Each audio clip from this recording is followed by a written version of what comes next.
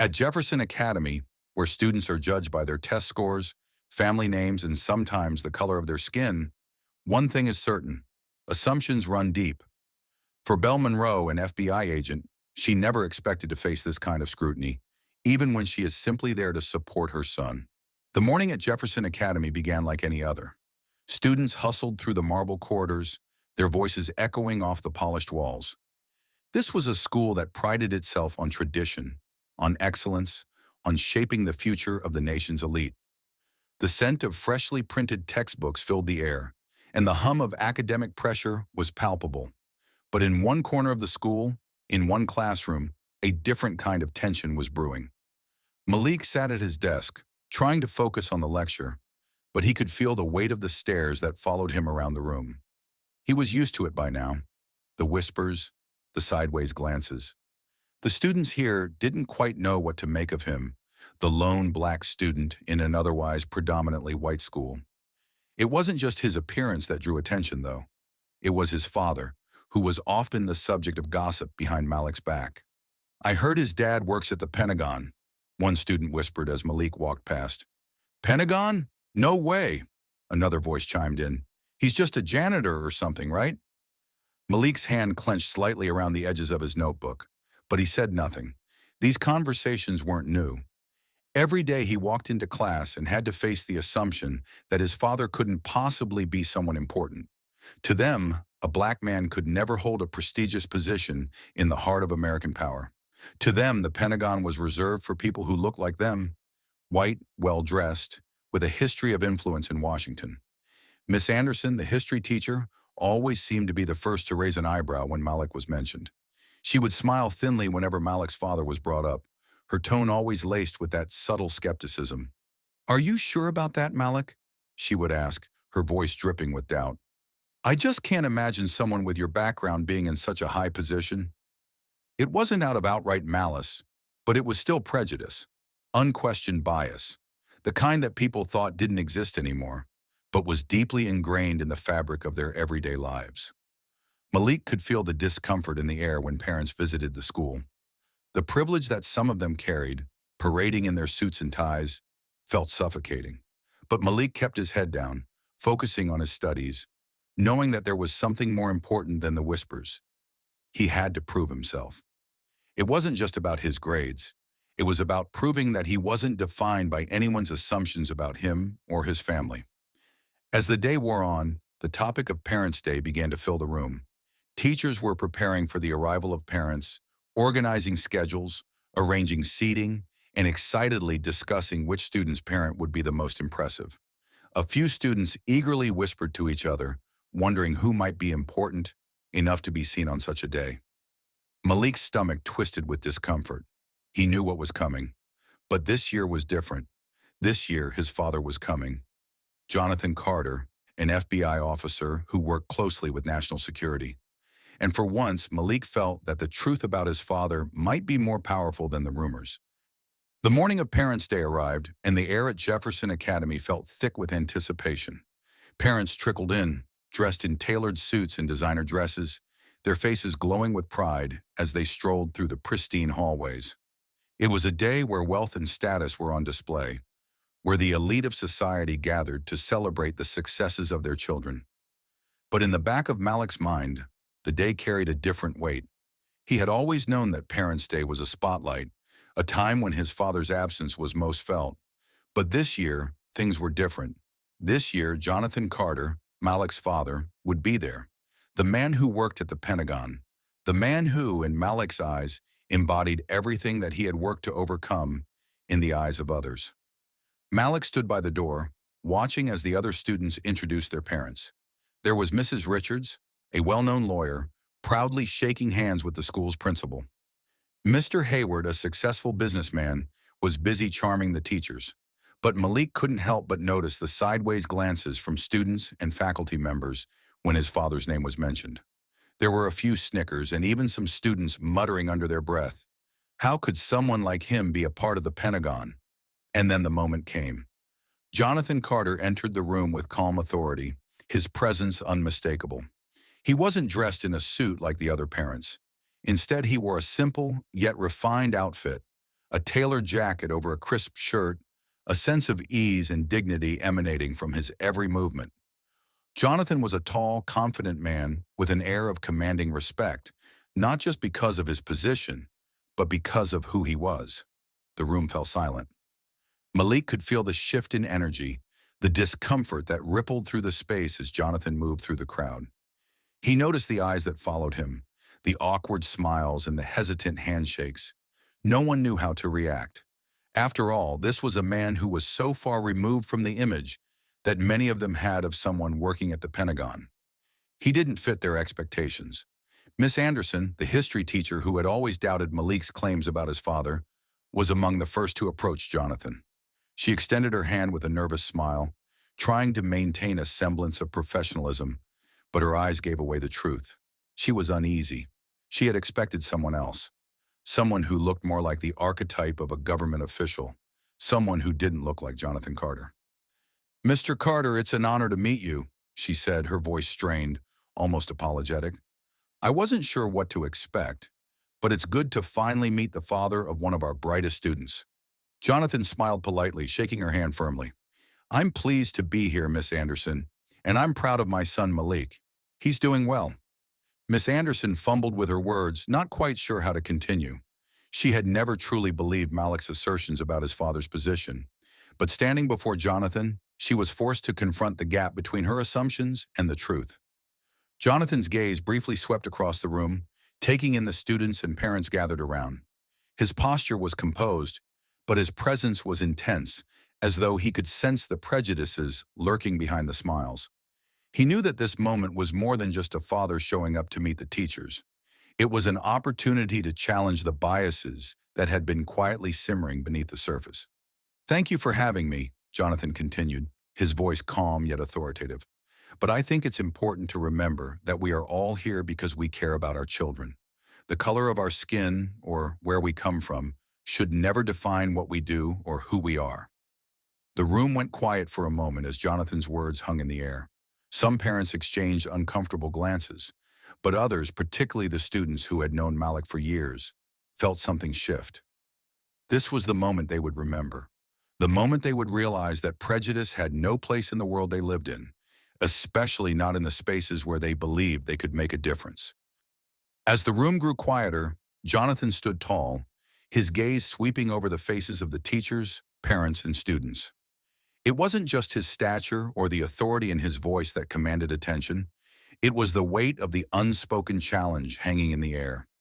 He knew that what he said next would either confirm or disrupt the prejudices the people in this room had held for years.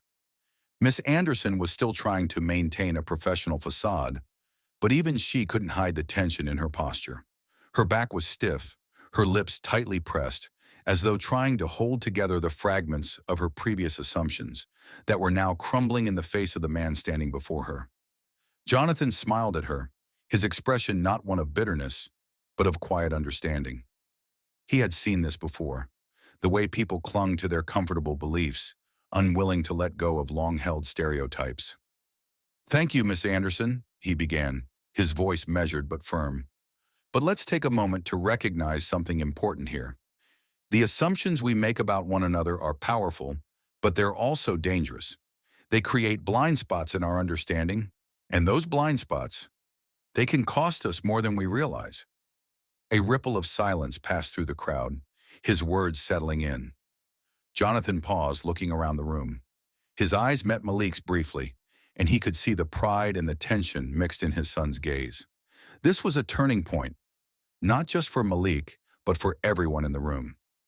"As a member of the FBI, I work every day to protect this country and its people. But the real threat we face isn't just terrorism or foreign attacks. It's the threat of bias. When we make assumptions about others based on what we see or what we think we know, we undermine the very security we claim to protect." Jonathan's voice grew stronger with each word, a fire beginning to burn beneath his calm demeanor. He turned to face the other parents in the room, his eyes piercing through the unease that had settled over the group. "Just because I don't look the way you expect someone from the Pentagon to look, doesn't mean I don't belong there. It doesn't mean I'm not qualified, and it certainly doesn't mean my son, Malik, isn't capable of greatness. He allowed a moment of silence to hang in the air, letting his words sink in. It's time we started recognizing people for who they are, not what we assume them to be. Miss Anderson, the teacher who had been skeptical of Malik's background and abilities, felt a rush of guilt wash over her. She had assumed that a black man could not possibly have a position of power at the Pentagon. She had never questioned why she made those assumptions. And now, as Jonathan stood in front of her, she realized how deeply embedded those biases were. Jonathan's gaze softened as he turned to Malik. I've spent my life fighting for the truth. And that truth is this. People like Malik are just as capable as anyone else in this room. And when you judge someone based on appearances, you miss the very qualities that make them exceptional. The words hung in the room like a challenge not just to the people who had doubted him, but to everyone who had ever judged another person based on skin color, background, or appearance. Jonathan's voice softened, but his message was clear. I'm not here to prove anything to you, he continued.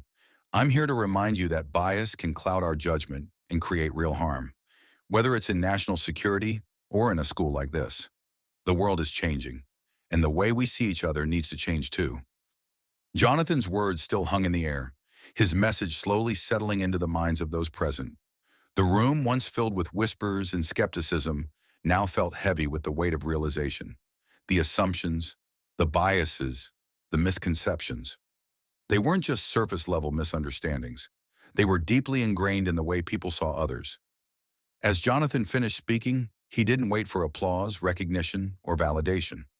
His goal wasn't to win anyone over, but to force them to confront something they had long avoided, the dangers of implicit bias. Malik, standing in the back of the room, watched the shift.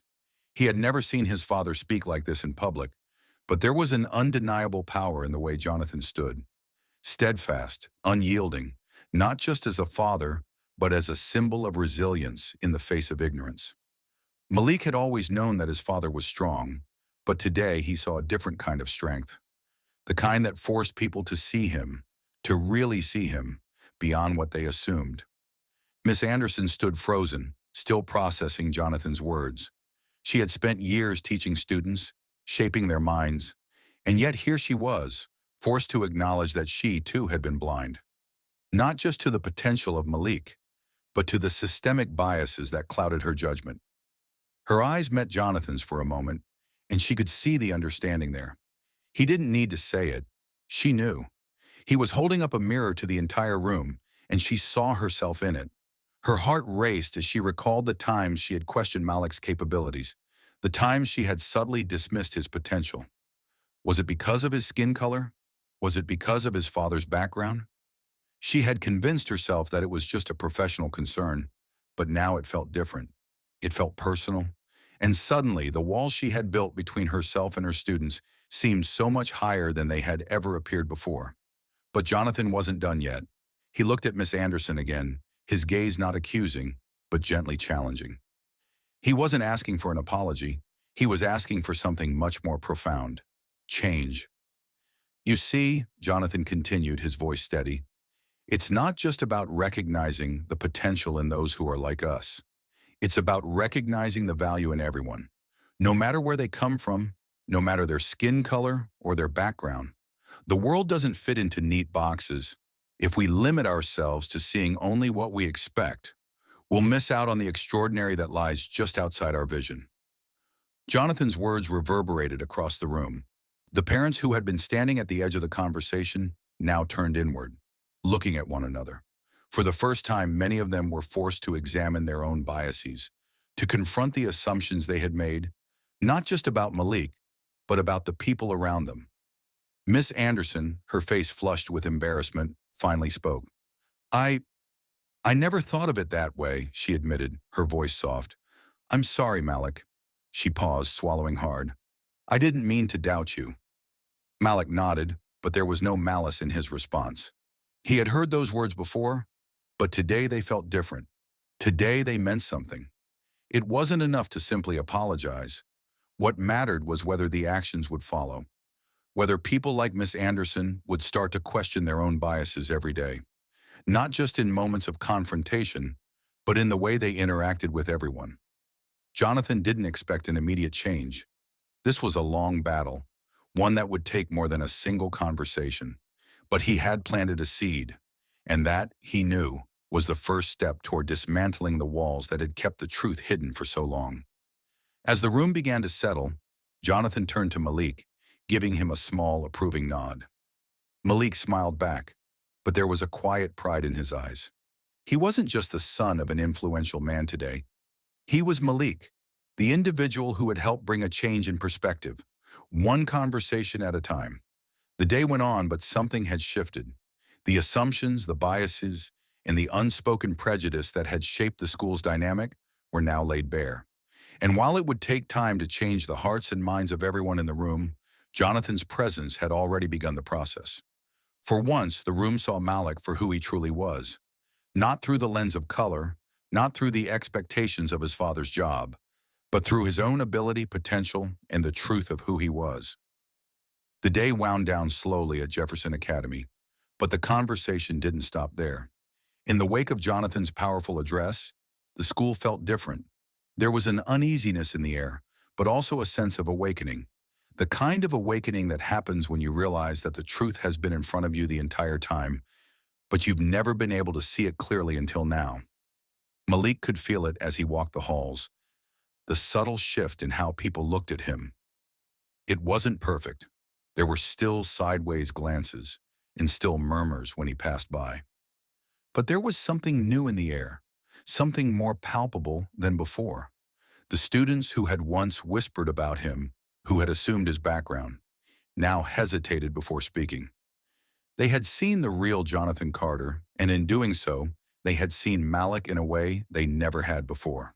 For Miss Anderson, the transformation was most striking. She wasn't the same teacher she had been when the day began. The layers of defensiveness she had built up around herself had started to crack. She had no longer been able to ignore the truth about her own assumptions, and now she had to live with the weight of that realization. It wasn't easy, but it was necessary. Later that evening, Miss Anderson sat alone in her office, flipping through the notes she had taken during Jonathan's speech. She felt ashamed but also grateful. The discomfort in her chest had started to fade, replaced by a new understanding.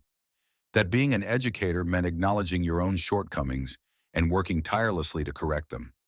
She wasn't just responsible for shaping young minds. She was also responsible for shaping the environment in which they learned. Her thoughts kept returning to Malik, the boy she had doubted, the boy she had placed in a box that didn't belong to him. She thought about the moments in class when she had been dismissive of his ideas, when she had brushed off his potential as something that didn't fit the mold she expected. But today, for the first time, she had seen Malik not through the lens of bias, but through the lens of his capability, his intelligence, and his resilience.